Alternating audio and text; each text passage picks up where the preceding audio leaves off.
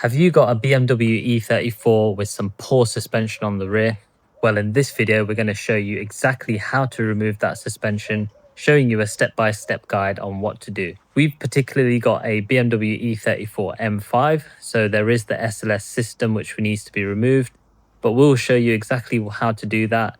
And it is a very similar process and a more simple process for every other E34 BMW.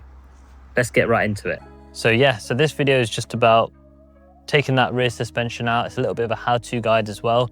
So this is how to remove suspension from an E34 and what's involved to do it. I believe you have to take the rear interior out, but we'll walk through it together. Let's get into it. So the first thing we're starting with is just stripping this rear interior. So we do have to take the rear seats off and the back benches so that we could take the rear parcel shelf off and get to the top mount bolts. So let's get on with that first. The car cover.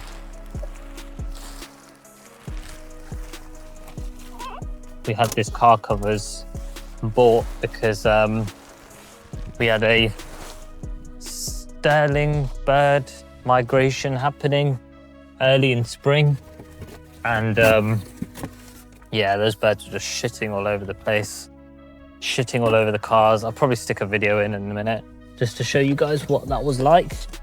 Yeah, it was not fun.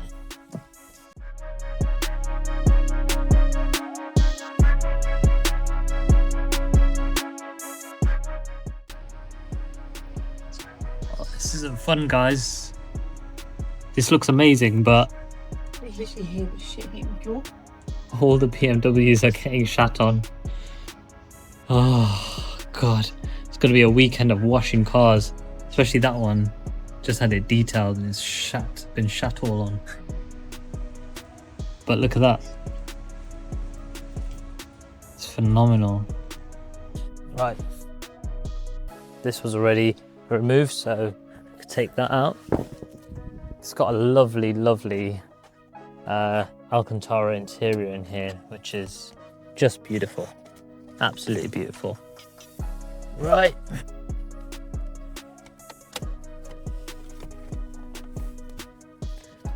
just undoing the seat belts here.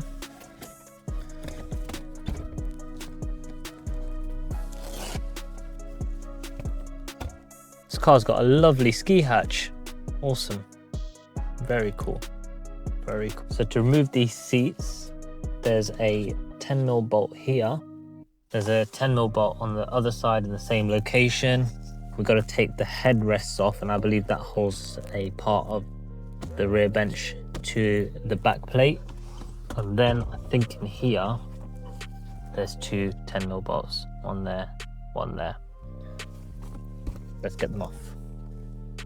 Right, once you get it to this stage where you've taken the headrests off and the plastic bits off, so just a note for these, basically you just turn these, I think they're like that, you just turn them like that, and this will just pop out. So there's two of them. Headrests, literally pull them up and they'll come out. Once you've got it to this stage where you've taken the 4 bolts out, which I showed you at the beginning from the bottom, which are 8mm bolts, you simply just lift this in an upwards motion. So pull it outwards first and lift it up, and it literally just pops out. And there you go. I'm just going to put it forward for now. That's all we need. Right, and once you've got it to this stage, the next bit that we got to do is we got to take these side panels out, and I believe they just literally clip forward. Do it on both sides, so pull them forward, and then there's meant to be clips here which hold the parcel shelf to the back plate, but obviously someone's been here before and they've not put the clips back. So just simply, if they're on there on yours, just get a clip tool removal and just or a flat screwdriver and pop them out. So yeah, let's get these side panels off, and then we'll get the parcel shelf out, and then we'll be able to see the top mount bolts.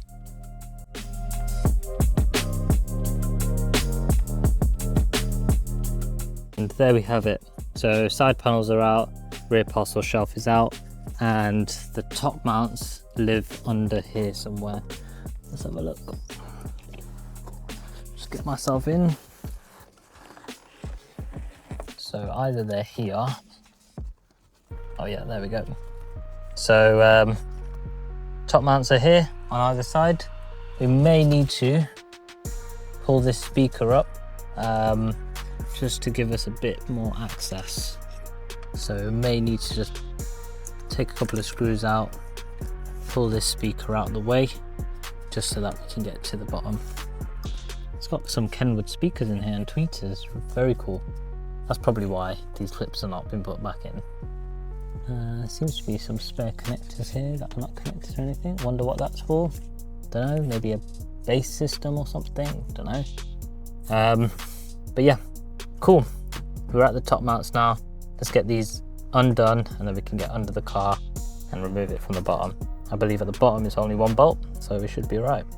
Let's get it. So these are 3 13mm bolts that you got to take off on either side, which is what I'm doing now. Just take your time, work your way around, taking the 3 13mm bolts out on either side. There is limited space, so just take your time and you will be able to take them out eventually.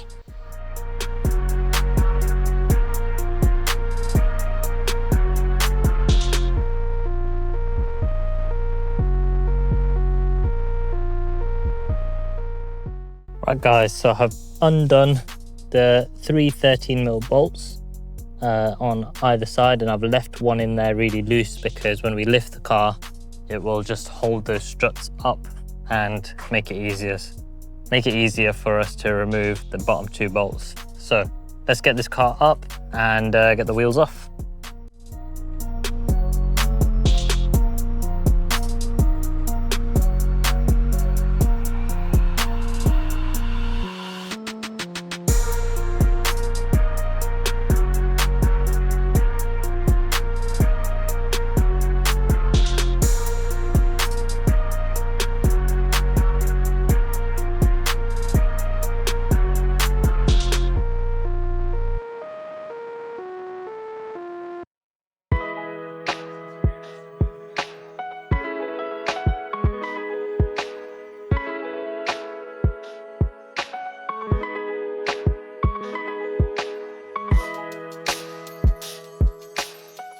Okay, so to take this shock absorber out from the bottom, because it's an M5, we need to disconnect the electrics. So there is a wire that goes back here, right here.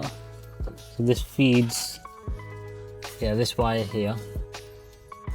This wire goes straight into these two, and there's a junction box here which will stay part of this system. So all we got to do is follow that wire around and it connects into this connector. So we just got to undo that.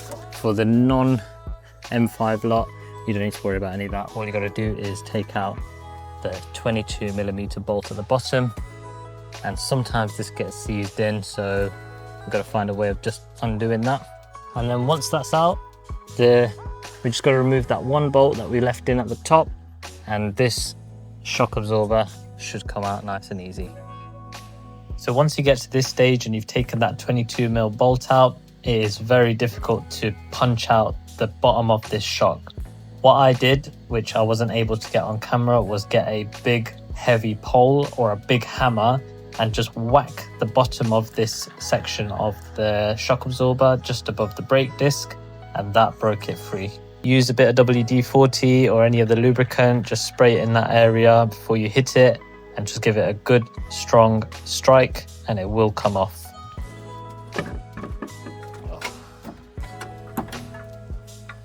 And there we go. That is one shock SLS system removed. Right, here's the other shock. Now, bear in mind, these are old shock absorbers with springs.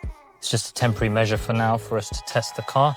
But if you put an old spring shock back in, just give this a good clean with a wire brush, because You don't want it to seed back into the hub again over a little bit of time.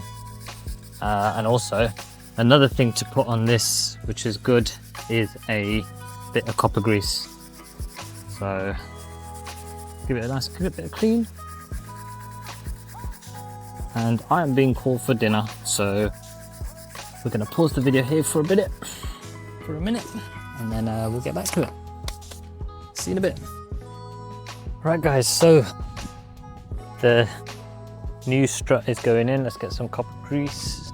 It goes in nice without any issues and doesn't seize up. That's the main thing. Okay, so that's that, and let's take this rubber boot off so it goes up fine. And it's time to send this up.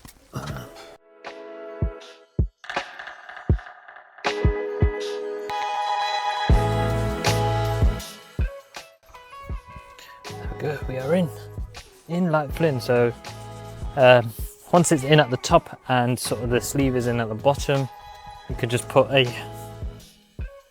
one bolt in at the top just so it doesn't fall out. So I'm putting one of the 13 mils on the top, and then once that is in, we can put the 22mm bolt in at the bottom. So I've just hand tightened that one at the top. Right, where's this 22mm, this big thick bolt that can go in at the bottom?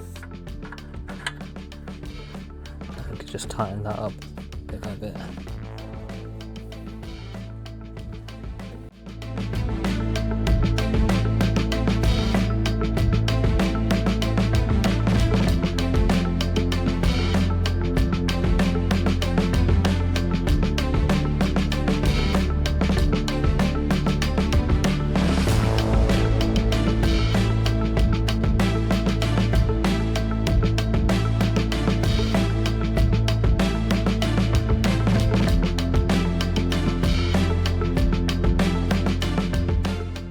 Right, that bolt is now tight and that strut is now in, and then all I'm going to do here is tighten these bolts up. So I'm going to put all 3 bolts in, nip them up, put the rubber grommet back on top, and that's this side done. So that's basically how you remove a E34 rear spring and strut, and it's literally the same process on the other side. So I'm going to go ahead and do the other side in a flash, so you guys don't have to go through it with me. Nice and easy for me, and just like that, bam, it is all fitted, all done, and the car is driving great. Obviously with the rear suspension being a stock suspension, it's a little bit weak, but it does the job for us. And I'd just like to say thanks for watching this video. We hope you found it useful, and we'll see you on the next one.